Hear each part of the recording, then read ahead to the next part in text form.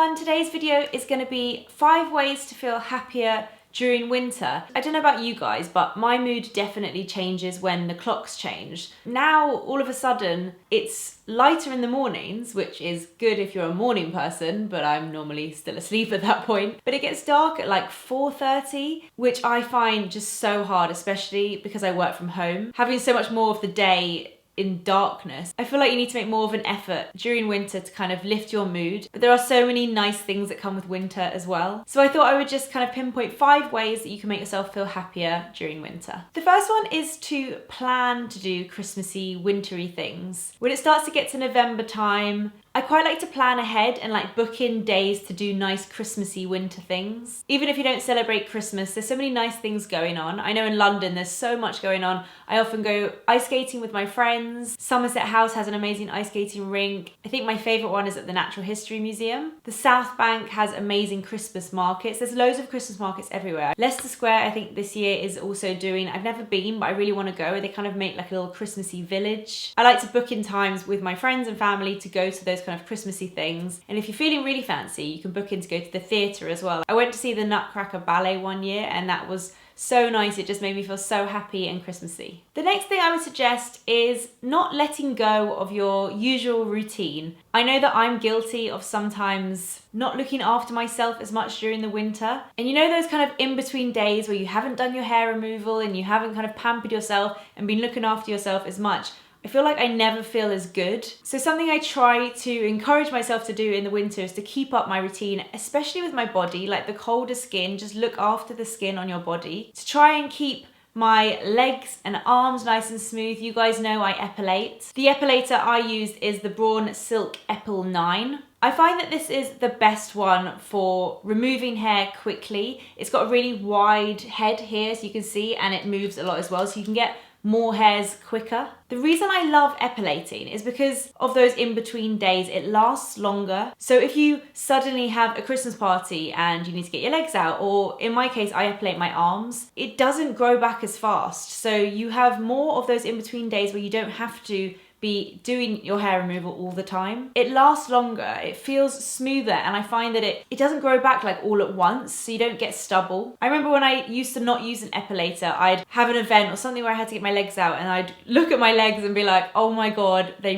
desperately need doing. Whereas I find when I epilate, those kind of in-between days, I can really get away with it because the hair's really fine when it grows back and you can hardly see it. So as long as I keep this up, maybe like every 2 to 4 weeks, I'll epilate my legs and arms. I find that that's a really good routine for me. This epilator actually comes with brush heads as well, which I really like to exfoliate. So there's 2. There's the sensitive one and the deep exfoliating one. This one, the deep one, is particularly good for preventing any ingrown hairs. I don't get them that badly, but some people might suffer from ingrown hairs. So this is really good for that. So I tend to put one of the brush heads on the epilator, and when I'm in the shower, because you can use it on wet or dry, when I'm in the shower, I'll exfoliate using the brush and using my shower gel. This one is from L'Occitane. It's the Vervain Exfoliating Fresh Shower Gel. It's like a nice zingy, oh, it's really refreshing and zingy. So I'll do that all over my body, exfoliate. You can epilate in the shower. This works perfectly fine. I prefer to do it on dry skin. I'm not sure why, it's just my personal preference. So I come out the shower, dry myself off, and then I'll epilate my legs and arms using this. And then once I'm done, I like to moisturize the skin. The moisturizer I really like to use is the Ameliorate Skin Smoothing Body Lotion. This is an alpha hydroxy therapy. So it has AHAs in it, which a lot of your skincare probably has in it as well. I find that it really smooths out the skin. If you ever get like bumpy bits on the back of your arms or any rough patches on your skin, this really smooths it out. So this is my favorite body lotion. It's not like scented or anything. I don't think so. No, it doesn't really smell of anything, but it just really works well. I sometimes feel like body lotion feels like a bit of a waste of time, whereas this one really doesn't. So that is my exfoliating, epilating, and moisturizing routine. I would definitely recommend the Braun Silk Epil 9. This is their fastest and most precise epilator that they do, and I can really feel the difference. I've used quite a few now. As much as I love staying in during the winter, I also love getting out. I love getting wrapped up, putting loads of layers on. I love the Uniqlo Heat Tech vest tops. And then I layer my clothes on, I put on a coat, glove, scarf, hat, And I like going out for a fresh winter walk. Pretty much every weekend, Saturday, Sunday morning, I go for a walk with Rich and my family. We take the dog out. It's nice to get a bit of fresh air, and I feel like during the winter months you can feel a bit like claustrophobic and a bit locked up being in all the time. So it's nice to get out, get some fresh air. Hopefully if it's not raining in London, you can get a really nice walk, and it's a nice time to like think, or if you're going with friends, to just chat. If you want to make it extra cozy, you can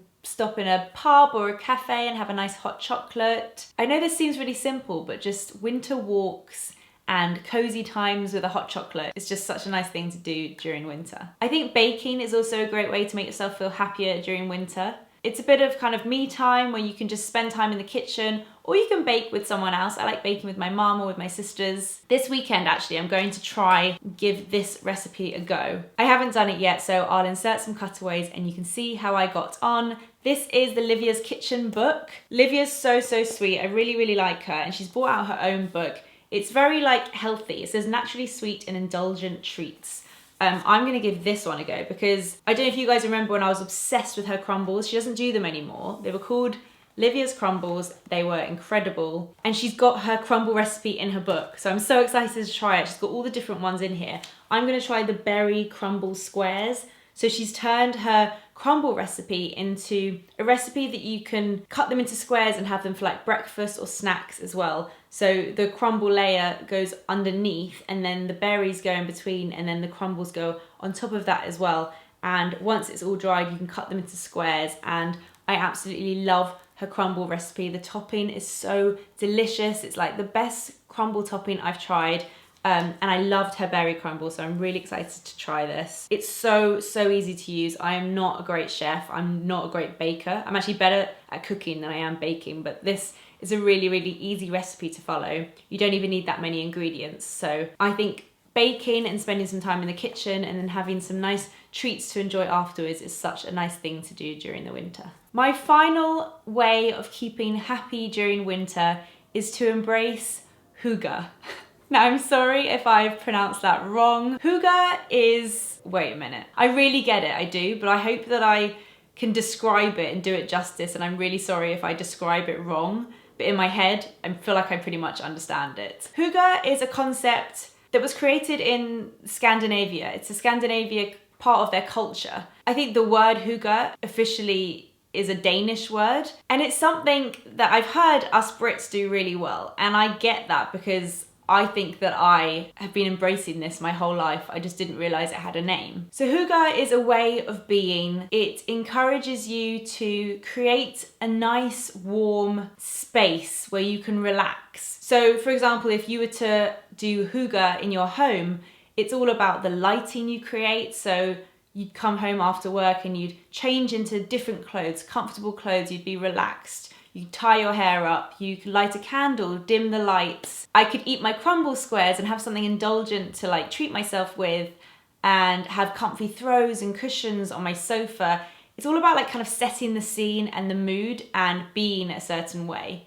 And I think us Brits are great at that. We have cinemas here where you can sit on the sofa and drink wine, and that's very much, I think, in the Hygge spirit. I love the idea of it, and it's very much what I try to embrace, especially in the winter. But yeah, I think it's all about creating your own little nice space and nest, and the word has become a bit trendy here now, but I think it's something we all have kind of embraced a little bit. And I mean, now I work from home, it's pretty much how I am all day. But I just wanted to mention it in this video because I think it's a really nice word for like summing up the whole idea, really. Okay, enough rambling. Those are my 5 tips on how to be happier during the winter. Please let me know if you liked this video. I enjoyed kind of putting them all together and deciding what they would all be. Please don't forget to subscribe to my channel, and thank you guys so much for watching. See you in my next video.